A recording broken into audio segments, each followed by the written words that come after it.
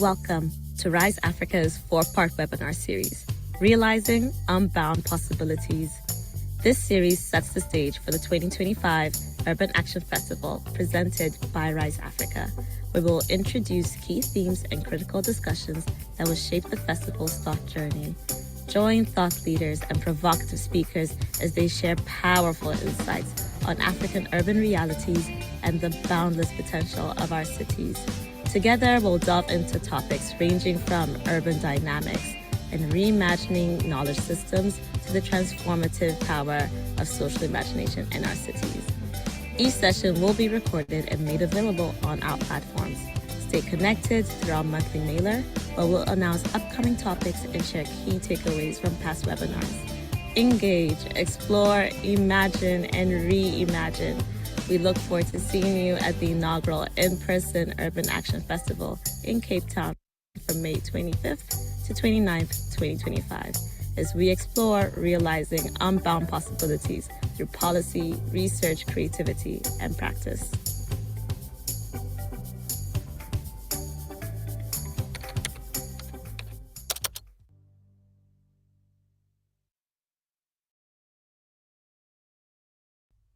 À l'encre de mon sang, au papier de ma langue, à mes yeux qui tanguent lentement dans le vide, rêvant un jour de laisser des traces de regard sur les villes que nous voulons et imaginons au-delà des vers. Entre deux effluves, mon être crie utopie, mon cœur murmure héritage. Mon âme, elle, chante avenir. De villes riches de leur multiplicité, multiples dans leur diversité, unique pluralité niée hier s'est avancée vers un demain déjà avorté. Enracinement certes, mais ouverture dans ce village planétaire, laisser les sens alertes et réagir. Entendre la cacophonie banalisée des inégalités sociétales criardes laissées en fond sonore, voir et questionner le décor, bâtir et consentir à l'action qui sépare le rêve de la réalité. Sentir la fragrance vitale, belle et verte, inévitable baume au cœur, accepter notre responsabilité de léguer à nos enfants un monde en bonne santé. Démocratiser le goût, que plus aucun palais, d'aucune bouche, d'aucun enfant, d'aucun pays ne soit plus jamais sec. Démocratiser le goût des rêves, des voyages qui s'exécutent quel que soit l'âge, le long des pages, au fil des chapitres, sur le pupitre de la connaissance, seul germe du choix. Toucher l'idée d'infrastructure qui marche allègrement sur le chemin de l'innovation. Enracinement certes, mais ouverture dans ce village planétaire. Laisser les sens alertes, mais surtout réagir.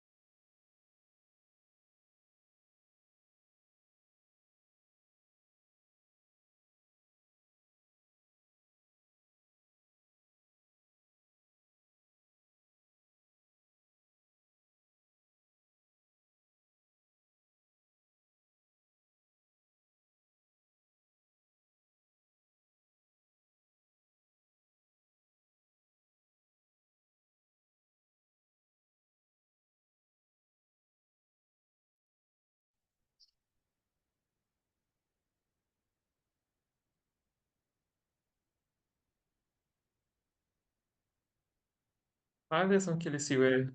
Can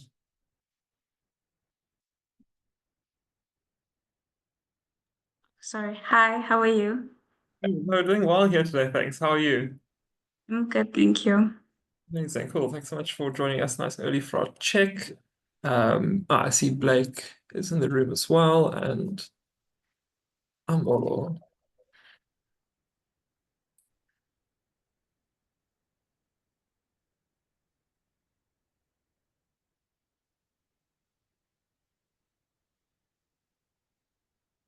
Hi there, Blake. Hi, Amollo. Are we coming through here on our end? Hi. Hi, Lucas. Hi, Amollo. Hi, Samkelisiwe. Hi, how are you? Yeah, good, thanks. Nice to see you again. Yeah, in this chilly, very confusing weather of Johannesburg. Yeah.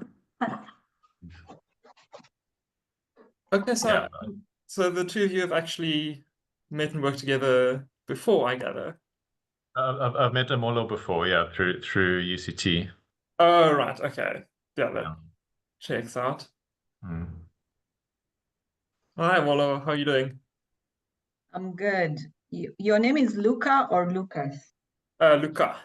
Luca, okay. Yeah, Nice to I believe this is actually the first time that we're in the same sort of webinar or session together, even though you've been quite involved with previous Rise Africa sessions. So it's funny that our paths haven't actually crossed before, but it's really wonderful to actually be working face to face at last. Yes, this is the right time. Yeah. Okay, so well, thanks everyone for joining us nice and early just to make sure that all of our video feeds and audio are working. Our third ICLEI Africa colleague, Yvonne Poe, is joining us now as well. And then, sorry, excuse me 1 second. I need to find it. I'll send it. I have it open over here.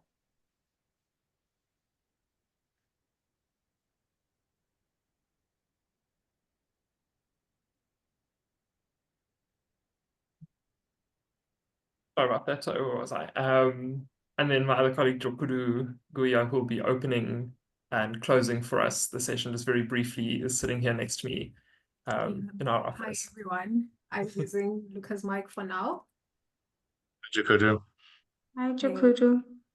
Hi everyone. Lovely Hello. to meet you, Samkelisiwe, and then to see Blake and Amollo again. Okay, so just looking over a couple of things to check, maybe a good place is to start just to make sure we have all the technical stuff sorted. Blake, I understand, you would be playing a very brief video on Infrahub Africa, sort of at the start of your little 10-minute sort of overview, and response to the prompt from Amollo there. Do you want to just quickly check with your screen sharing is working for all of us to display the video? I think it might be easier if you play it from your side, just because in the past I've sometimes had difficulty with the sound stuff. Not that the soundtrack's essential, but it might just be simpler and clearer if it comes from your side, if that's all right.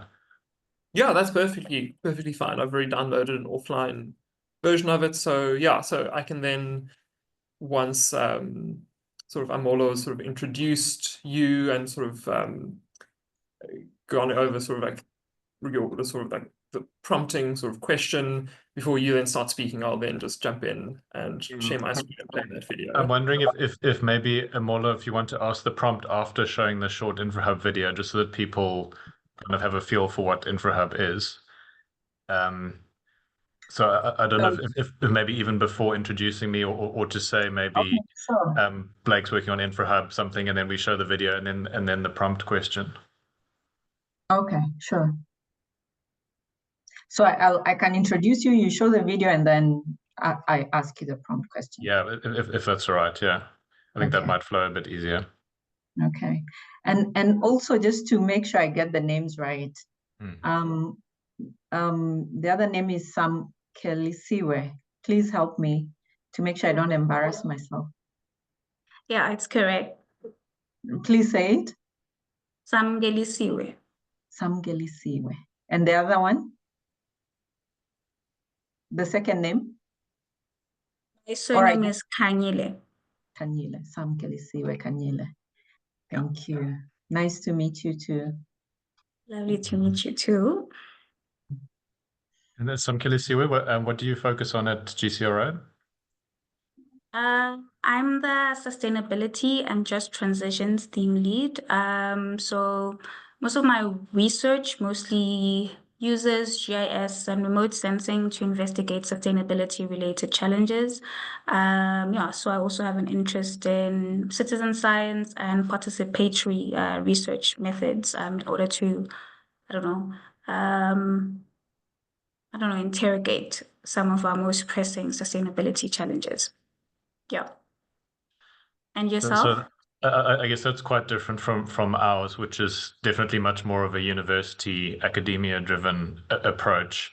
But I think there's probably some challenges in common in terms of there's certain stories that are really difficult to get information to be able to tell, and we've had some struggles with. For example, governments, you can never find a person who's actually responsible for a project who's willing to put their neck on the line and actually talk about it confidently. And similarly, you get a lot of businesses are interested because then they have an incentive to promote their story. But the small community groups and the government projects, those two extremes, it's sometimes quite difficult to get information on what happened and what they did and how they got around certain problems and that kind of thing. So for us, we are actually a partnership between WITS, UJ, and Gauteng provincial government, as well as like organized local government. So we work pretty closely with government, and we try to be a bridge between, research and real policy making for on-the-ground impacts. So like there's definitely challenges there. But we work around them. We try as much as possible to include government, so it's a co-production sort of like process. And one of our biggest projects actually, it's a quality of life survey. It's almost like the census, but we go in detail. We also ask psychosocial questions, and it's run every 2 to 3 years. And basically, government loves that. We give them that data so that it can be like it can inform some of their policy making. So for most of our projects, like we work with government, and maybe after this, maybe we can link up and we can find out like what you guys are working on. Maybe there are chances for collaboration there. Right. Yeah, I've worked with Graham and a couple of other people at GCRO ages ago, but it's been a while. Yeah, he's our research director, actually right next door. I swear he follows me each time I move offices. He's right there. Send him my regards. Will do. Okay, so in the last couple of minutes before we start, I just want to check, are there any last minute sort of queries or questions about our sort of agenda, the sequence with which we'll be going through things? It hasn't changed since the document I circulated with all of you. We'll be beginning with 5 minutes sort of just opening to the session. I'll be sharing a brief sort of video on Rise Africa to generally set the scene. Jokudu will then just take us through an overview of the webinar series, and Amollo, and then briefly like introducing you and just basically just saying the names and affiliations of Samkelisiwe and Blake. So Amollo will then hand off to you to, I think, give us a introduction to the real sort of like the theme of the session, more like that, setting the scene there, and then sort of introducing first Samkelisiwe to respond to your prompt for that sort of brief 10-minute window, and then second, moving on to Blake's prompt. Then after that, we'll have our sort of 20-minute little window for questions, discussions, comments. To that end, Amollo, you will see I've made you a co-host. So what that means is that you should then also have permission to, if you look at the list of participants, you also have the ability to mute or unmute participants or prompt them to share it, or so that should, I think, help you in just also guiding and facilitating the discussion there. And perhaps, with that, just again, when it gets to that point, I think, Jokuru will mention that in the brief sort of introduction, how it will be run, but maybe at the start of that 20-minute window, just to again remind all of the participants that they are free to to use the raise hand function on Zoom, and then to unmute themselves and show their own video to ask questions or to make comments directed at either Blake or Samkelisiwe or both. And then, depending on how active and how engaged and how many questions and comments we're getting from participants, also to then maybe pick up on one or two interesting threads from Samkelisiwe and Blake's presentations as well. We leave that sort of liberty to you as well. And then as that 3-minute window winds down, Jokuru will just close the session again for us. And they will just leave a couple of prompts and links for other RISE associated sort of events that are still upcoming. And Luca, do we have a feel for how many people are registered and like what types of audience it is? That is a good question. So I haven't done like a detailed sort of like analysis of the organizations and sectors of everyone that's registered yet, although we do record that information for after the fact. But an indication of numbers, we've gotten I believe about 70 registrations in total. So of course, registrations never sort of correlates one-to-one to actual participants, but I think that's should give us, I think, a healthy number of participants. If we go on the general rule of thumb of like you often end up with about, I think, 40% or so to 50% of registrations actually attending. So I think that's could actually be a nice comfortable number for enough people to have a good number of questions and comments, things going, but also small enough that the conversation can possibly be nice and deep and robust. Can I just quickly check how it looks if I present my screen? Yeah, sure. Is there something that you are planning to show during your 10-minute slot, Samkelisiwe? I prepared a presentation. I had slides, but I'm also happy to just talk to it, really, because I can get very excited when I'm looking at the presentation, and I can take long 10 minutes. But I'm more than happy to share slides if that's also okay. It's absolutely fine. It all depends on what feels good and comfortable to you, what helps you best sort of bring across the certain aspects of your work that you're focusing on. So you're more than welcome to. Do you want to quickly give that a try now, and then we'll just confirm whether it's all showing up on our end?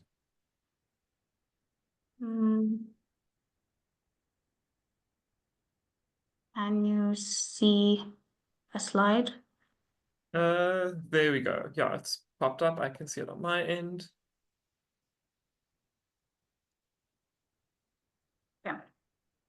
So it's now. Sure. That's Okay, fine. fantastic. Okay then. I see folks are starting to trickle into the waiting room. There aren't too many yet, so I'm just going to give it maybe just a minute or two. But then try and start promptly. So I'm going to then stop sharing, or I'm going to close my audio and video feed, and then leave that open then for Jokuru to hop in once I finish playing our video. So with that, good luck everyone, and thanks so much for joining us. Thank you for the briefing.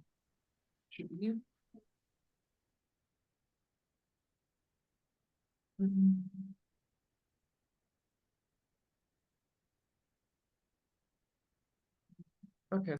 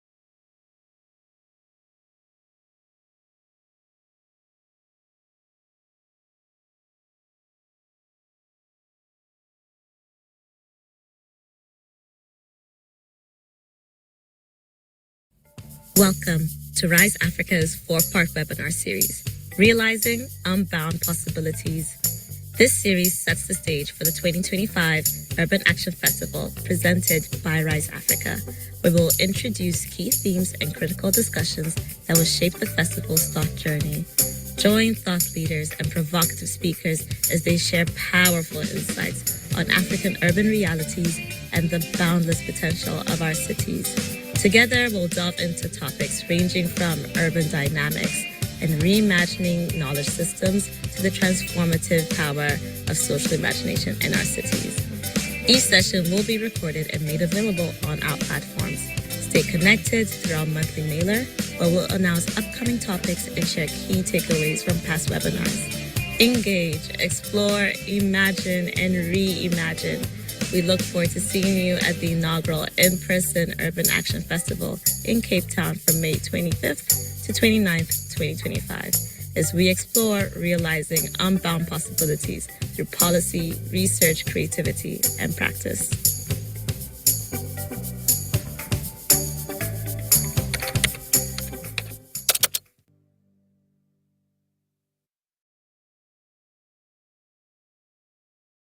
À l'encre de mon sang, au papier de ma langue, à mes yeux qui tanguent lentement dans le vide, rêvant un jour de laisser des traces de regard sur les villes que nous voulons et imaginons au-delà des vers.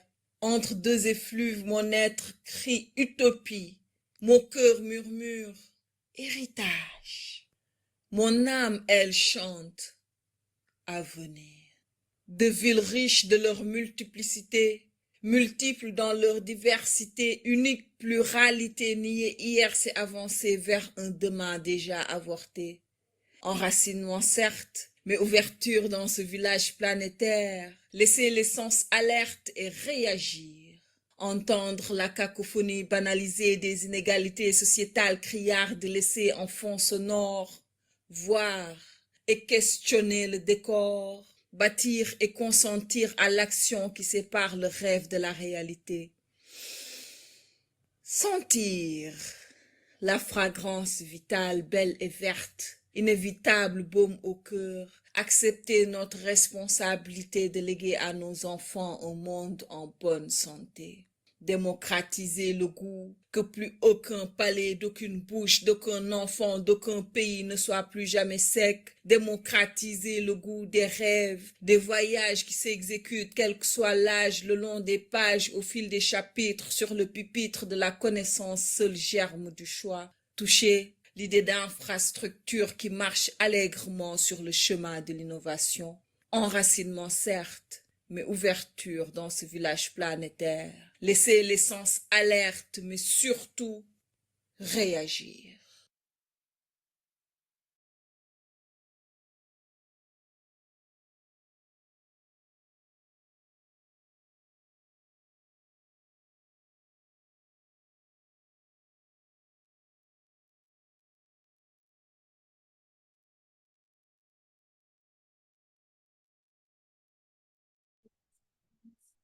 Good afternoon, everyone, or good morning in case you are in a different time zone from me.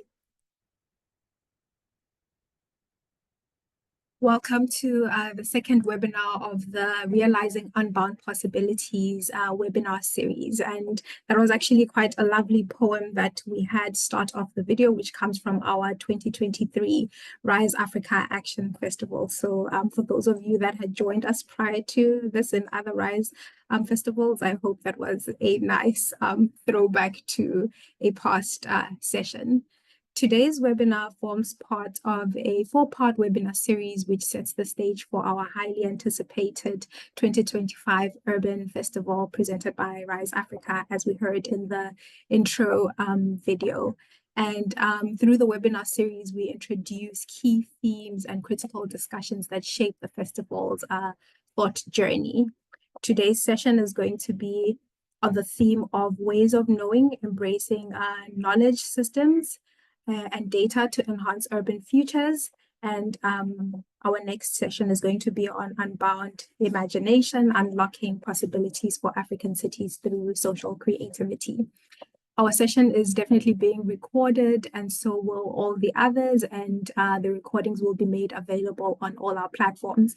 And furthermore, you can stay connected through our monthly mailer where we announce our upcoming topics. So, and also share key takeaways from the past webinars. And my colleague Luca is going to paste links to those in the chat for you.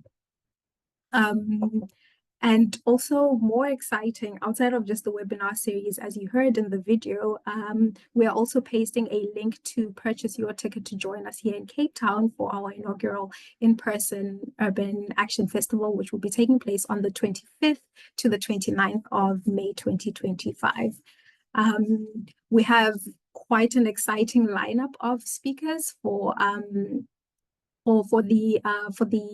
the Urban Festival, and we're going to be taken through the journey of realizing unbound possibilities through policy, research, creativity, and practice. And we look forward to hosting you here in Cape Town. I would also like to note that our photography competition, which is themed Where We Gather, celebrating places of connection in our cities, is still open. And the deadline for submissions is on the 20th of March, 2025, which is in a couple of days. So if you know anyone that's interested in throwing in a submission, or if you would like to, please keep in mind the upcoming date. For today's session, as I've mentioned, our topic is ways of knowing, embracing knowledge systems and data to enhance urban futures. And we will be exploring how embracing diverse knowledge systems can unlock more inclusive, people-centered and resilient urban futures. And our speakers will help us to consider how we can rethink how knowledge and data can be harnessed to shape our continent's urban future. Our session today will be moderated by Dr. Amollo Ambole, who is an innovation and development expert, as well as an inclusion champion. She has 18 years of experience in academia, international development, and philanthropy. And she's also a person with a disability, having lost eyesight in her left eye due to an accident. And having a disability has actually bolstered her mission to champion for inclusion. With her extensive background and experience, she wants to build a world where everyone can learn and prosper as she has. Amollo will actually be joined by two speakers who she will properly introduce in a moment. And those are Samkelisiwe Khanyile as well as Blake Robinson. Samkelisiwe Khanyile is a senior researcher at the Gauteng City-Region Observatory, and Blake is the lead for the African Urban Futures, and he is also a sustainable cities specialist. And I will now hand over to Amollo to take us through our session today, but I also want to note that we are hoping today's session is going to be quite an interactive one. So in the chat, please feel free to be very engaging, and also during our discussion, we'll have the opportunity for you to input and throw in some of your questions. So over to you, Amollo. Thank you, Jokudu. Good morning, good afternoon. I don't know if it's good evening anywhere in the world right now. Welcome to this session on embracing knowledge systems and data to enhance urban futures. Jokudu has already generously introduced my background, but I'd like to just talk a little bit about some of the work I've done to set the stage for this discussion on how we embrace diverse knowledge systems and how data can enhance urban futures. And of course, our speakers today are going to use examples from their work to advance this discussion. Over the last 5 years or so, I have focused most of my work on African cities. Previously, before I launched out as an independent consultant, I was the inaugural director of the African Mayoral Leadership Initiative. And this initiative, which in short we call AMALI, is based at the African Center for Cities. And working with different partners for 3 years to bring this program to life was such a wonderful and also challenging experience. It became very clear to me that there is so much work that we need to do in support of African cities. And I'm glad to see that that program is continuing and has, of course, supported quite a number of city leaders from across the continent. Since leaving Amali, I have been working as an unbound agent. That's how I think of myself. And in this role of being a consultant, I have now been supporting several organizations, again, just looking to bring development and sustainability when it comes to urban issues across the continent. One of the recent works I was doing was for the Van Leer Foundation that commissioned me to do a scoping study where we were looking at how urban environments across the continent can be transformed to be more child-centric and caregiver focused. Before that, I was also doing some work with Urban Better. I'm also currently the in-city lead for urban research for the African Cities Research Consortium here in Nairobi. So as I've said, I'm an unbound agent, a hybrid consultant who's working across working across different networks. And really the focus and purpose of this unbounded work is to ensure that we are collaborating and synergizing. I'm a firm believer in partnerships. And so in all of my work, I'm always looking at how do we join hands to provide better support for African cities. Being a person living with a disability has also made it clear to me just how exclusive our cities are designed to be. So I'm focusing part of my efforts to support organizations such as Riziki Source and Light for the World Kenya that are intent on creating inclusive spaces for people with disability. So right now that is a big passion of mine because I am, as I've said, convinced that we need to work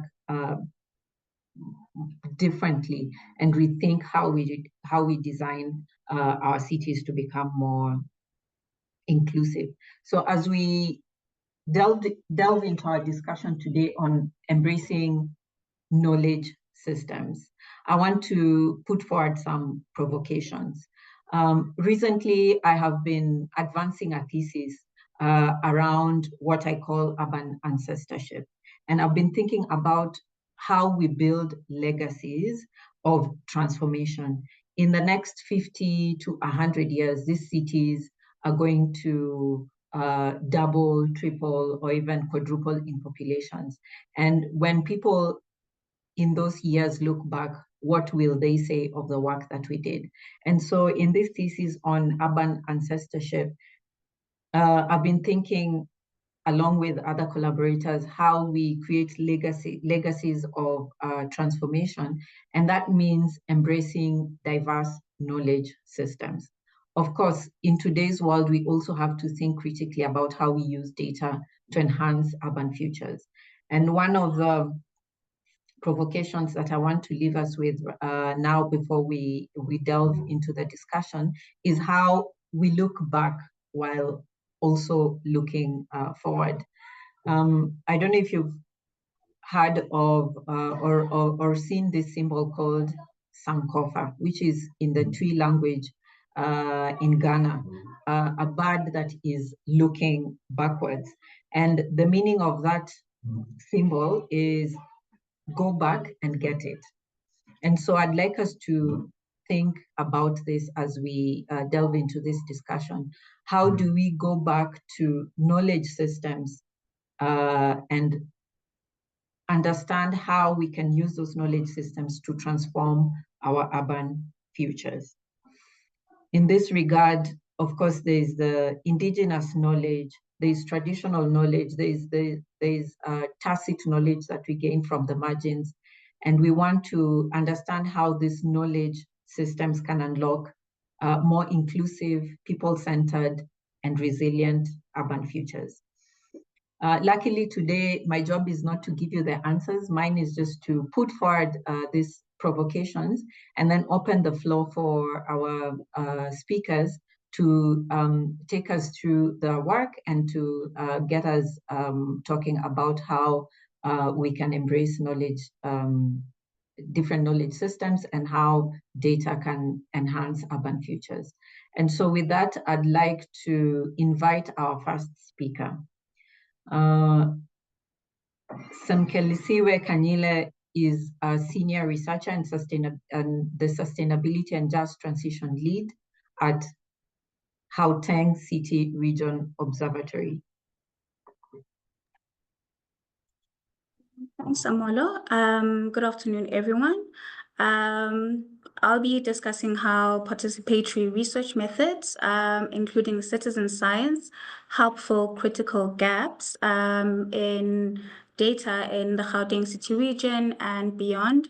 More importantly, I'll be exploring how diverse data sources inform more just and sustainable urban development.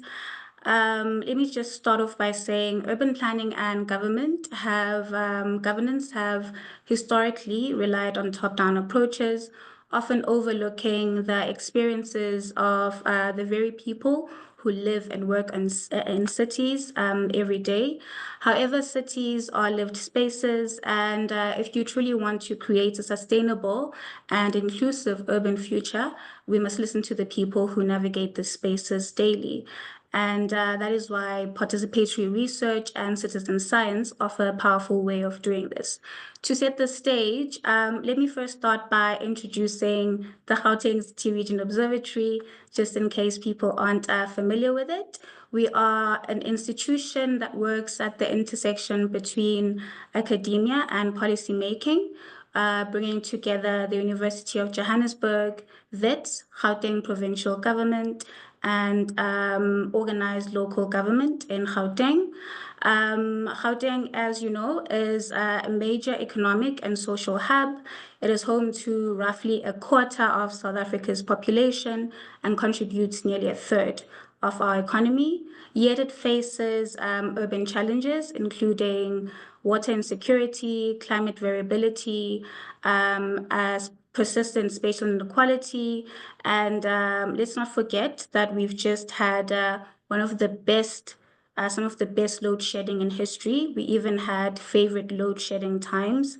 So it's quite important that we get to find out how the lived realities of people on the ground. So while government and researchers have traditionally relied on data sets such as your sensors, your satellite imagery, formal surveys, these methods actually miss finer details of everyday urban life, particularly in informal settlements and marginalized communities. Like I said, this is where participatory research methods such as your community mapping, crowdsourced data, and citizen science can actually help us fill data gaps and drive more equitable urban solutions. So I'll be talking through briefly just two case study examples of how participatory research methods and research can actually help us do that. The first example I'll give you is of work that we did under our Green Assets and Infrastructure project, which was aimed at building a case and trying to examine how a green infrastructure approach could be implemented in the Gauteng context. For this project, one of the case studies or case study areas we looked at was Diepsloot, which is an informal settlement in Johannesburg. And the idea there was to investigate how green infrastructure could be implemented in a low, in an informal settlement setting. So Diepsloot, as an informal settlement in Johannesburg, experienced chronic water-related challenges, such as pooling of water around toilets, erosion, blocked stormwater drains, and conventional solutions are often costly and difficult to maintain or actually designed without local input. So in light of this, instead of imposing external solutions, we contacted the local community, and the researchers who were working on that study actually worked hand in hand with the communities in order to identify the challenges they were facing, as well as co-develop their solutions and implement like practical, low-cost drainage interventions. And together they built brickways to absorb excess surface water, help them implement graded paving to improve water flow, and they also help them with implementing and introducing vegetated drainage systems to reduce flooding. But also at the same time, it was a co-design process where they weren't just telling them that this is what you should do, and they actually brainstormed with the communities about the sort of materials that they could use. And in the end, they started using recycled material from landfills. And the findings really showed us that the low-cost green infrastructure solutions that they had actually worked on with the communities were successful in actually helping to reduce the surface water pooling, as well as improving water quality. One of the nice things about this project as well is that community members were involved every step of the way. They were trained to maintain these systems, and along the way they actually started replicating them in their own yards, adding their own local twists. And we found that that actually ensured long-term sustainability beyond the research project. However, there were challenges such as illegal dumping and litter accumulation, which reduced the effectiveness of the drainage system. But at the end of the day, we realized that working so closely with the community actually showed us that low-cost green infrastructure solutions and informal settlements, cannot simply be engineered from the top down. Instead, they must be co-created with communities and in order to ensure long-term impact. And then another example I'm going to give you is our My Josie Moves project, where basically we were monitoring mobility patterns across the province, and we were using volunteer-generated information. So a mobile application had actually been developed for this project, which ran from October to December 2016, and the people who were using the app were part of the data collection. So we were also opening knowledge production in that sense, because we were getting communities and the people who were using the application actively involved. So in the end, we had 368 participants from diverse income groups and race groups who were actually able to track their daily travel movements over 3 months. So the app collected real-time trip data showing how people moved through the city.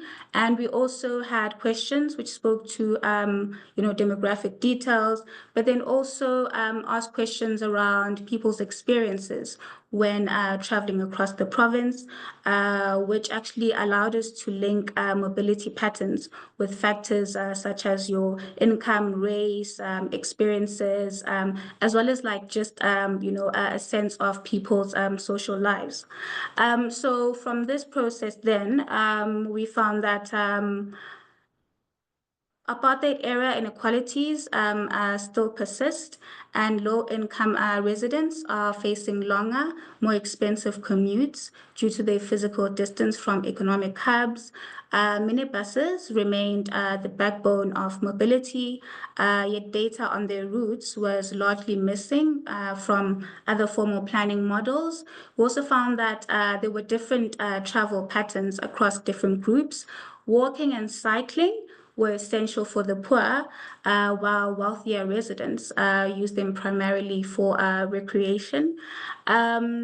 But with an exercise like this, there's bound to be challenges, and some of the challenges we experienced had to do with weak mobile signals, which affected data collection in some areas. Also, not all participants were familiar with smartphones, so they required additional user support. And then engagement was also not as high as we had expected it to. We found that people were more likely to stay on and be consistent if they were participating in the project as a team. So we think that if you're going to run something like that, you need to have a market-driven approach in order to encourage people to join. However, despite this project, the project actually did demonstrate that citizen-generated data can play a critical role in identifying transport inequalities, offering insights into traditional surveys or census data. Offering insights that traditional surveys and census data can overlook. So why does this matter? So the reason why I've given you these two examples, the one about green infrastructure in Diepsloot and the mobility mapping using the My Jozi Moves app, is to demonstrate that participatory research isn't just about collecting data. It's about shifting the power dynamics also of knowledge production. So who gets to define the urban problems, whose knowledge is actually considered valid, and who has a say in actually shaping solutions. So by engaging communities directly, we gain richer, more context-specific data. We move beyond seeing urban residents just as subjects and instead recognize them as co-researchers and also as co-designers of their cities. The shift is critical because just, sustainable, and urban development, it's not just about technology. It's not just about infrastructure either. It's also about people. It's about not leaving people behind. So if we do not actively include communities in data gathering and decision-making processes, we risk enforcing the very inequalities that we're trying to address. So at this point, as I close, I would love to leave you with a provocation also. So saying that instead of seeing informal settlements, mobility constraints, infrastructure deficits, and also the other challenges we're facing as an urban region, why don't we see them as opportunities also for transformation? So instead of trying to come up with solutions using a top-down approach, why don't we leverage on citizen data to better integrate different data sources in order to get a more holistic picture of what it is we're facing as a city region? Because by changing the way in which we collect our data and by being more open to more equitable and adaptive urban planning, where communities are not just recipients of development, but active participants in shaping their own futures, we stand the chance of actually creating and building more just and sustainable urban futures. Thank you.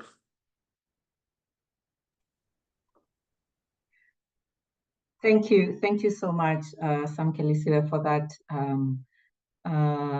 engaging discussion on how you're using citizen science in Gauteng to fill data gaps. I love your finish that we can turn our opportunities into challenges, and we know that data scarcity is a big challenge for African cities. So thank you for those examples. It would be great if afterwards we come back to the discussion on validity, replicability, and the sustainability of using citizen data and how other African cities can learn from what you're doing in Gauteng. Thank you so much for that. I'd love to now introduce Blake Robinson. Blake Robinson is leading the African Urban Futures Initiative at the Urban Futures Studio in Utrecht University. I hope I've said that correctly. Blake, I have a prompt for you. And this is about the work that you're doing with Infrahub.Africa. You did mention that you'd want to first show a video. So let's see that video first, and then we'll come back to the prompt and then proceed into the discussion. Welcome, Blake.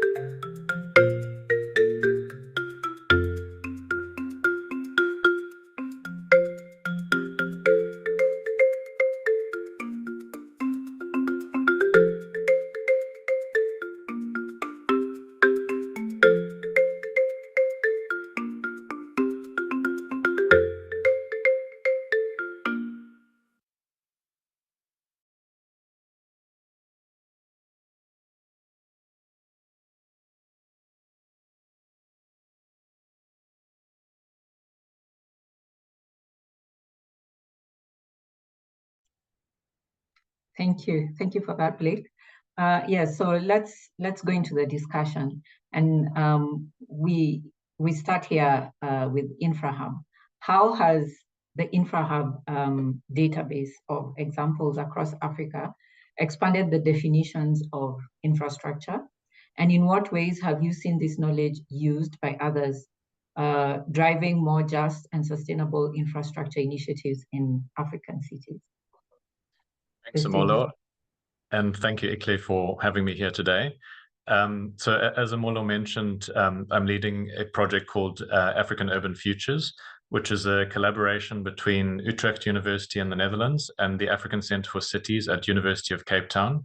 And more recently, the Centre for Sustainability Transitions at Stellenbosch University has joined us as well.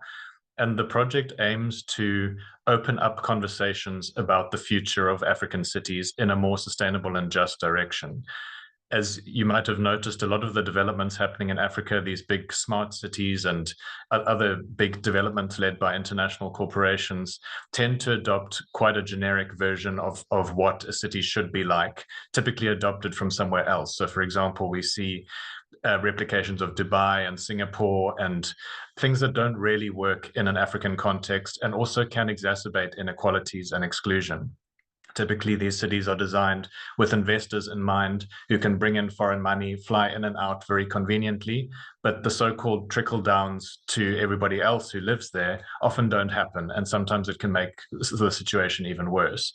So with this project, we started with that large question and decided fairly early on to focus on the theme of infrastructure, as it's something very tangible and something that also is demonstrating a lot of innovation across African cities, which is sometimes underappreciated. So with the project, we set out to bring together examples from across the continent of different approaches to infrastructure or meeting basic services that in some way speak to justice and sustainability. And we thought this was useful because often in education and in conversations, we refer to examples from other contexts. And we think it's really important to be able to start talking more about what's happening in our contexts so we can appreciate them and be able to link them together, build them and grow them, rather than having to look elsewhere for answers. So in terms of the definition of infrastructure, it's been evolving as we work, but we've decided to focus more broadly on what we call infrastructure initiatives, which basically allows us to include things that are not typically seen as infrastructure, but could contribute towards meeting basic needs. So, for example, nature-based solutions often aren't considered infrastructure, but can have an impact on, for example, water supply chains. There's a project on Infrahub in Cape Town where a project to clear alien vegetation off the mountaintops can be seen as contributing to the provision of water because it increases groundwater supply. We also, with this broader definition, it also allows us to look at things that are being led by community groups, by small formal or informal entrepreneurs, and non-profits, even sometimes development agencies, which have a role to play in meeting filling the gaps in service provision across cities in Africa. And we think that they're really interesting because this starts to build a shared sense of agency in terms of how these challenges could potentially be addressed. In order to decide what we would include and not include on the database, we developed 3 basic criteria, which are kind of an evolution of very basic generic international definitions for sustainable infrastructure. The first is that the project must contribute towards meeting basic needs and be accessible and affordable to the poor. So we don't include examples of infrastructure that's mainly aimed at rich people or people who have to pay an entrance fee to use it. So for example, things like airports or cruise ship terminals, we're not focusing on those types of things.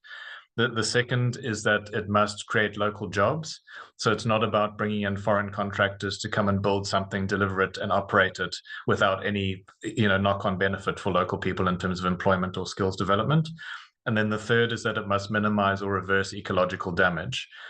So in line with concerns about local and global sustainability challenges, we think it's important to focus on those that actually have an element of ecological consideration, even if that just means that it's a low carbon alternative to what we normally see. So with those 3 criteria, we've been piecing together case studies from across the continent, mainly through desktop research. And it's been quite a challenging process because the typical stories that we hear are ones that are promoted by somebody who wants their story out there. So for example, a lot of the more business-oriented ones will tend to have very impressive websites with a lot of information, but it's sometimes quite difficult to find the stories about, community developments or, sometimes even government projects. They don't tend to write up about what they've done, even though there are some quite interesting developments and things like cycle lanes or light rail or other things happening in cities across the continent. So just to give a flavor of some of the examples. So in the energy space, one of the examples from Johannesburg is DC Go, which is a system of solar energy provision that is on a 5-meter high tower and supplies 16 households around the tower with solar energy. Another energy example is called the Reedy capsule from Nigeria, where instead of using diesel generators to power night lights, citizens can rent a small battery charged by solar each evening and pay a small amount for their usage so they can charge their laptops, power their TVs or their lights. Another example on the sanitation side is Clean Team in Ghana, where sanitation is being provided as a service. So there are small composting toilets or dry toilets that every few days somebody comes and cleans it and replaces the cartridge for you, so you don't have to interact with the toilet or the waste at all. So it's an interesting alternative to other communal toilets or other approaches that have been used in the context, and works in cases where you can't put in piped sanitation or where there's no water supply. Another example is the Gwalisa hubs from South Africa, where small shipping containers have been converted into small pay and weigh food dispensaries. So the idea is that people can buy very small portions of sugar or flour or whatever they need for that day, instead of having to have enough money to buy a large quantity that they might struggle to store. It also has the knock-on benefit of allowing people to bring in their own containers, so you save on plastic waste. Another example on the waste front is Yo Waste in Uganda, where it's basically an Uber for waste services. So if you want waste collected, you go onto the app and you connect with a small provider of waste collection services who will come and collect your waste within the next few minutes or hours. So a lot of very interesting examples on the database. But in terms of your question about how the knowledge has been accessed and applied, that's quite difficult for us to assess unless we hear back from various users. So as part of the project, we've been deliberately trying to incorporate the database into various academic curricula.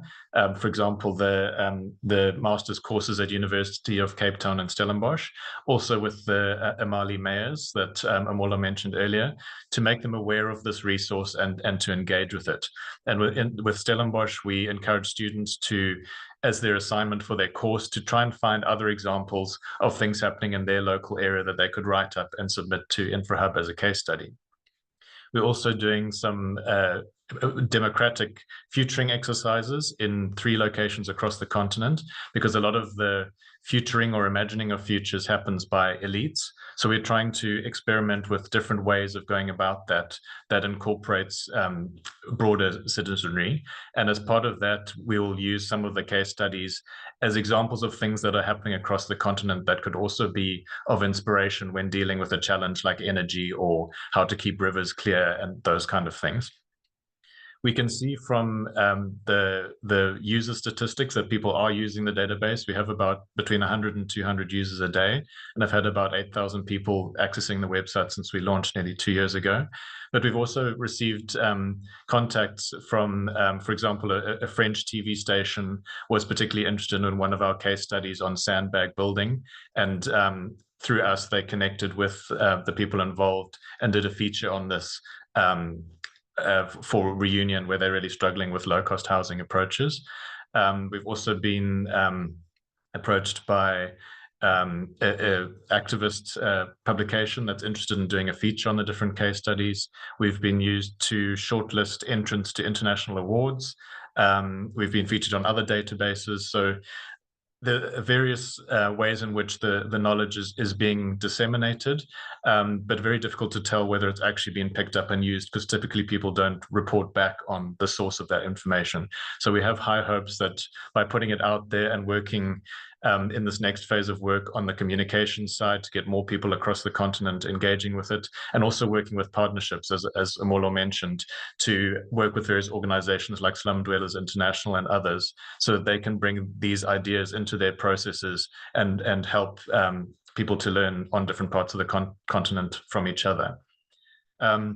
So in terms of a provocation from my side, I'd be really interested to hear from those in the audience whether they have any ideas for potential partnerships that we could look at to help to spread these ideas and also to grow the database. Samkelisiwe mentioned that interesting Deep Sleuth example, which I'm going to follow up with her afterwards. And if there are any others, we'd be more than happy to hear about them and help to grow this database. Thank you. Thank you so much, Blake.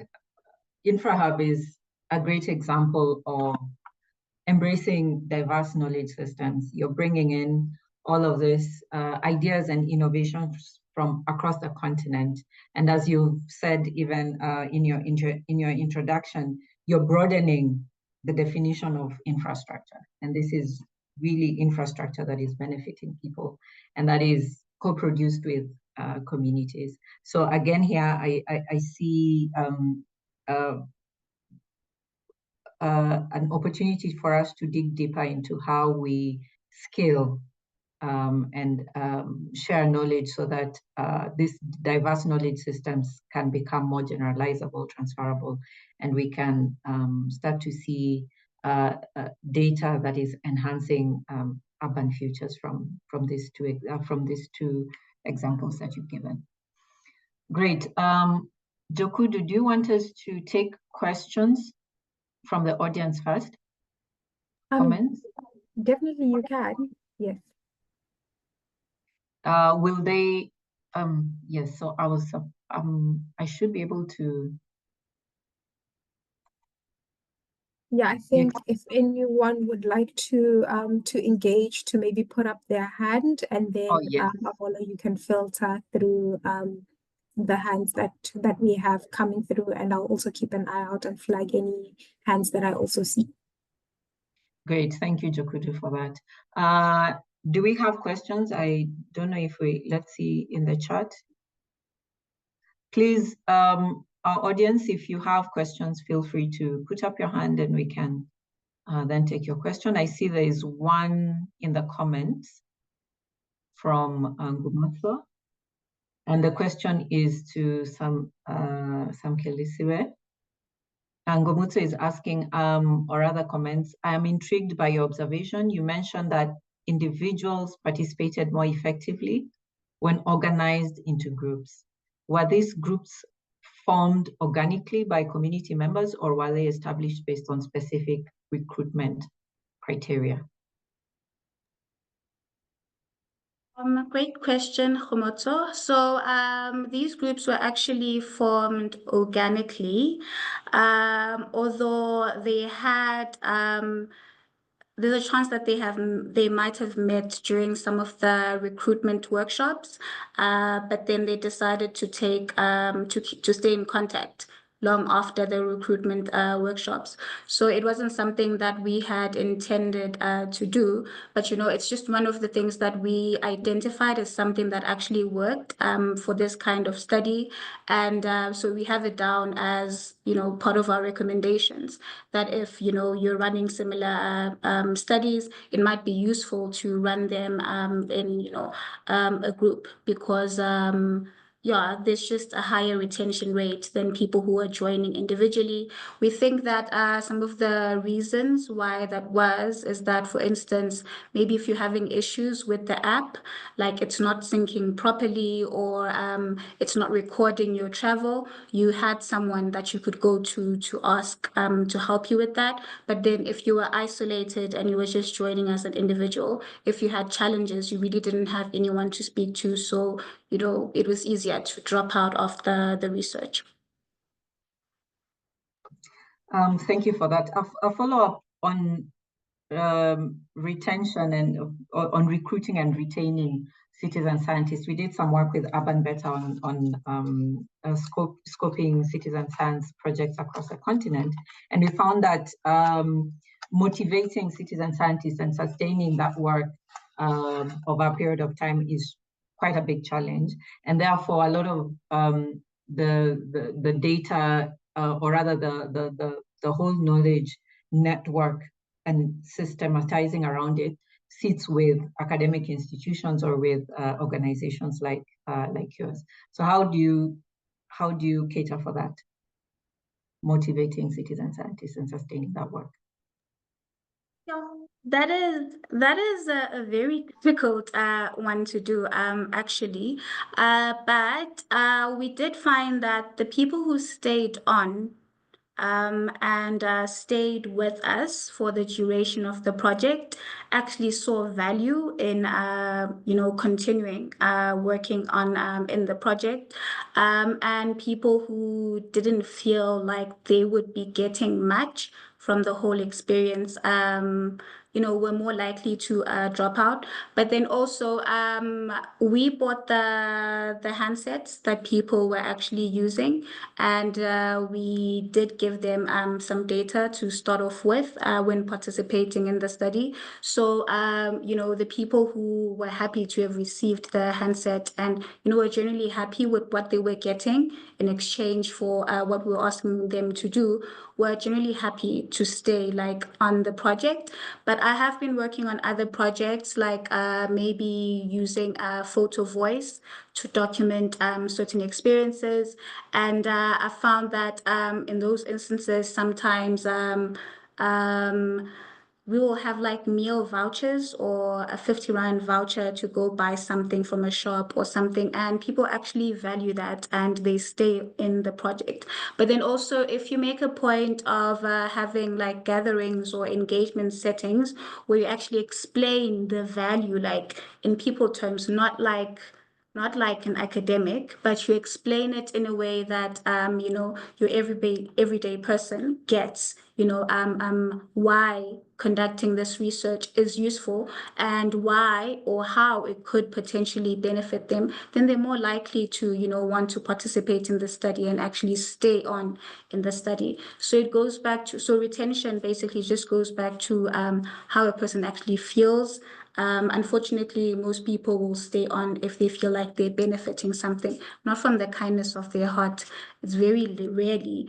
But if people see the value of contributing to something, and they're not only thinking about something about getting something now, but then they're thinking in future terms, they are more likely to stay on in the project. But it is actually quite difficult to retain participants in the study. Thank you for that. And coming to Blake and continuing with this theme of sustainability, how are you thinking about value for your contributors and sustaining InfraHub and perhaps even scaling that model so that we can start to see transformative change at scale across the continent? Thanks, Amollo. This is an interesting topic that we've started to think a bit more about recently, because we would really like to be able to offer value to people who are contributing case studies about their own work. I mean, at the moment, it's largely driven by academic researchers who will go out and approach an organization.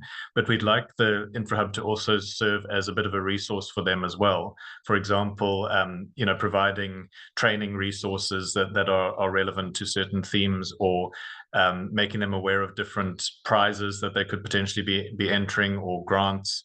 So we're looking at building up some additional functionality on the website that would make it more attractive for the different organizations represented to come back to the site and learn from other things that are happening as well. In terms of sustaining and scaling, I mean, this is also a challenge because we've only got research funding for a certain amount of time, and we've started to do some research with similar databases around the world to find out how they are approaching this, because it's a common challenge that there'll be an amount of funding for a research project. Typically, the website goes live at the end of the project, and then there's no money to continue to promote it or to make sure that it's being curated and that quality control is maintained. So we're starting to look into different options for that. Some quite interesting models are linked to prizes. So, for example, having some kind of annual awards ceremony whereby promising new examples can be written up in order to enter for the award, but also potentially get exposure through that process and connect with some prize money or investors that could help them to grow their examples. So we are definitely starting to think more along those lines and trying to make sure that this becomes a living, breathing resource that is not only adding examples, but also helping to provide resources and connect the dots between these various initiatives and potential people who could help them. Thank you for that, Blake. I see here there's a question from Vida in the comments in the chat for both of you. And Vida is asking, how do you make sense of fluid subjective information gained from creative participatory research practices, for example, photo voice, and Samkelisiwe, you did mention using photo voice. Do you plan on using more creative open research models like photo voice, and what would those look like? And with this, I'd also add, how do you work around language? Because we know that language, especially all of us using the English language, that can exclude certain communities. And when you're thinking about indigenous knowledge, that comes down to us in our African languages. How do we find creative open ways to include that knowledge? We can start maybe with Samkelisiwe. Sure. Great question. So unlike your numerical or spatial data, your qualitative and creative data that you get from photo voice and the like actually require interpretation. And so this is where co-analysis comes into play. So when it comes to getting that type of data, there is a co-analysis that needs to happen with the research participants. So you can actually have workshops where the meaning of an image or a story, can be explained by the person who has generated the data. And we also have to bear in mind that the meaning of an image or story might not be fixed. So you can have a few respondents who have actually taken a photo of the same thing, but the meaning can be very different for them. So it's quite important to actually engage participants in analyzing their own contributions and ensure that they actually interpret their own perspectives accurately rather than us imposing our own assumptions. So in order to understand that data as someone who's looking at it from a desktop based sort of like analysis, you can also layer it with other data sources in order to help with trying to understand that data more, because at the end of the day, creative data created from like creative methods like your photo voice isn't necessarily meant to replace traditional research. It's actually meant to complement it. And when it's actually combined with your spatial data, your policy analysis, your historical records, it can highlight human dimensions that were actually hidden in your existing spatial data. So speaking of photo voice, I am currently working on a project which is looking at governing the just urban transition, and we are looking at how businesses in low-income communities are actually accessing water and electricity, especially during times of scarcity. So we are using photo voice as our main mode of data collection, and we've planned a series of workshops where we are going to have community members speak to the photos or the data that they've collected, and we're just going to leave it up to the community members to have these discussions with as little interference from us as researchers, so that we are not interfering, and we're going to leave it up to them, and we're going to let them actually present their data. We're also going to have an exhibition where we're going to include them in the curation of that exhibition, and they will have the chance to showcase the data that they've collected. And that is all in an effort to make sure that we don't change their voices, that the data reaches, wider audiences still in the participants' own language. Yeah. Thank you. I hope we'll be able to see the results of some of that, maybe through your website. Yes, you will. Thank you. Blake? And Blake, there's another question for you in the chat. I don't know if you want to take both. Yes, I can. I'm just keeping an eye on the time. I don't know if we need to finish. Jokudu, do we need to finish now, or we can stay on for a few more minutes? I think we can take Blake's last response and then we'll close off from there. And if there's any further questions while I'm doing the close off, maybe please feel free to respond in the chat as well. Yes, there's another question from Sadi. So I think Samkelisiwe and Blake can respond in the chat. Just a quick response on the question of inclusion. We with these workshops that we're designing in Nigeria, Kenya, and South Africa, we're very much trying to make sure that they are as inclusive as possible, because a lot of these featuring exercises tend to take place in closed spaces like hotels or places that are not as accessible to lower income people. So we're looking very carefully at different models around that. And funny you mentioned photo voice, because that's one of the methods that we're considering. But looking at, for example, can we take the workshop out into public spaces? Could we have kiosks where people can come and interact in a public space rather than being in a closed space with a limited invite list? How can we work with local community organizations to help with the language differences, which are obviously quite a big challenge, people feeling comfortable using their own languages? Could we work more with narrative and stories about these case studies rather than the website on its own? So we're exploring different ways of working and engaging with these ideas so that they can be adopted by a broader audience. And then in response to Ivan's question, are we aware of any examples where local governments took up some of the case studies? Unfortunately, not yet. We would very much like to hear back if there are local governments who have used them. It's still relatively early, I guess, and government projects tend to take quite a long time. But if anybody does hear of anything being picked up off the website, we'd be really interested to hear, because that's ultimately what we're trying to achieve. Thanks, Amollo. Thank you, Blake. Thank you so much to both of you and for the wonderful work that you're doing with the organizations. And I believe you've taken us through a journey of understanding how to embrace diverse knowledge systems and how you're using data to enhance urban futures. So thank you very much for your time. Jokudu, I hand over back to you. Thank you so much. I definitely agree, Amollo, with your closing remarks. And I think just something that Samkelisiwe said is standing out for me amongst a range of other useful prompts and insights that you've shared, is these different ways of knowing are complementary to each other. And so imagine the possibilities if you're able to draw on a wide range of those. So just to say thank you so much to you, Amollo, to Samkelisiwe, and to Blake for taking the time to join us today and for sharing your valuable insights. And then also just thank you to the attendees as well for the questions that have been posed in the chat. And we're looking forward to further future engagements, not only with this set of speakers and moderators, but also with a wide range of you attendees as well.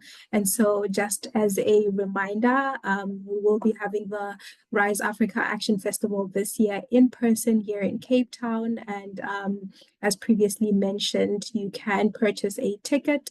And for those of you who've attended previous Rise sessions, please inquire with us about a discount for past attendance. So we have a loyalty bird discount, which gives you about 24% off for every year that you've attended at Rise. And so you can inquire by sending an email to the Rise Africa email account that has been shared in the chat. But there's also a link in there for anyone who would like to purchase their ticket as soon as possible. You can use the link that has been shared in the chat. I also then just wanted to note that if you are attending the Action Festival in person and have an innovative urban solution or an idea, you can sign up for our micro talks and share your ideas with like-minded thinkers, doers, and enablers. And so the closing date for entries will be on the 21st of March. And you can do so by sending your entry through the submission link in the chat. And also just a reminder for the photo competition that we have spoken about earlier, please do put in your submissions again using the link that has been shared in the chat. And please do not forget to subscribe to the Rise Africa mailer, where you can get all updates regarding anything Rise. And thank you so much, everyone, for this lovely and engaging session. And we look forward to seeing you in the next webinar. Thank you. Thank you, Jokudu. Thank you, everyone. Thanks, everyone. Bye. Bye-bye. Bye.